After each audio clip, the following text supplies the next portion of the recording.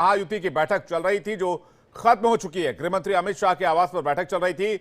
महाराष्ट्र की कुछ सीटों पर पेच फंसा हुआ है, इसे सुलझा लिया गया है। बागियों को चुनाव न लड़ने की अमित शाह ने नसीहत दी है, ये भी खबर मिल रही है। 103 सीटें बताई जा रही थी जिस पर अभी सहमति नहीं बन पाई थी। इसके लिए अजीत पवार दिल्ली में थे, देवेंद्र फडणवीस दिल्ली में थे और एकनाथ शिंदे भी दिल्ली में थे। अब महाराष्ट्र की जो कुछ सीटें फंसी हुई थी उस पर पेच सुलझ गया है, यह इस वक्त बड़ी खबर मिल रही है।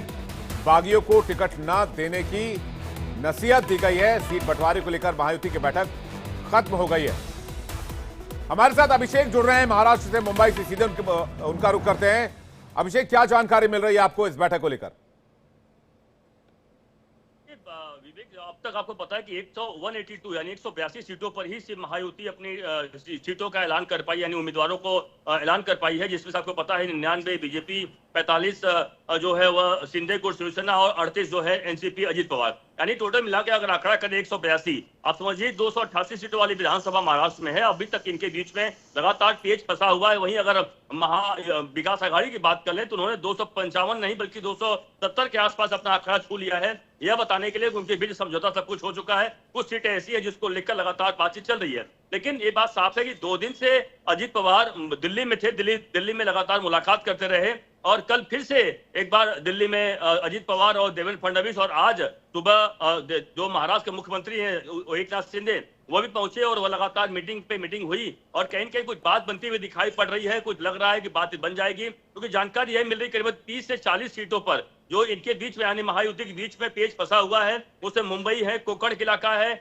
उसके अलावा विदर्भ का इलाका है, मराठवाड़ा का इलाका है, ऐसे कुछ इलाके हैं जहां पर कि जो अजीत पवार हैं और एकनाथ शिंदे हैं, ये दोनों जो पार्टियां हैं अपने अपने हिसाब से उम्मीदवार खड़ा करने की बात कर रही हैं। इतना ही नहीं बल्कि जो बीजेपी ने 99 अपने कैंडिडेट उतार दिए हैं मैदान में, उसमें से भी कुछ सीटों को लेकर ऐतराज है शिंदे को और अजीत पवार को।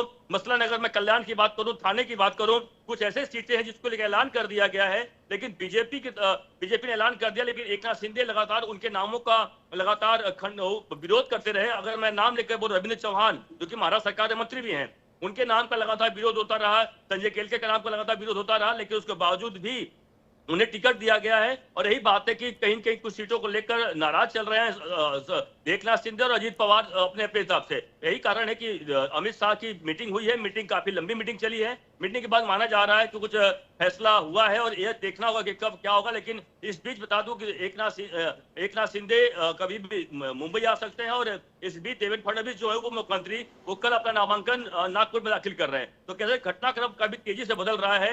आपको पता है कि 29 अक्टूबर तक नामांकन दाखिल करना होगा सभी को, एक पेज में इलेक्शन है और इस बीच में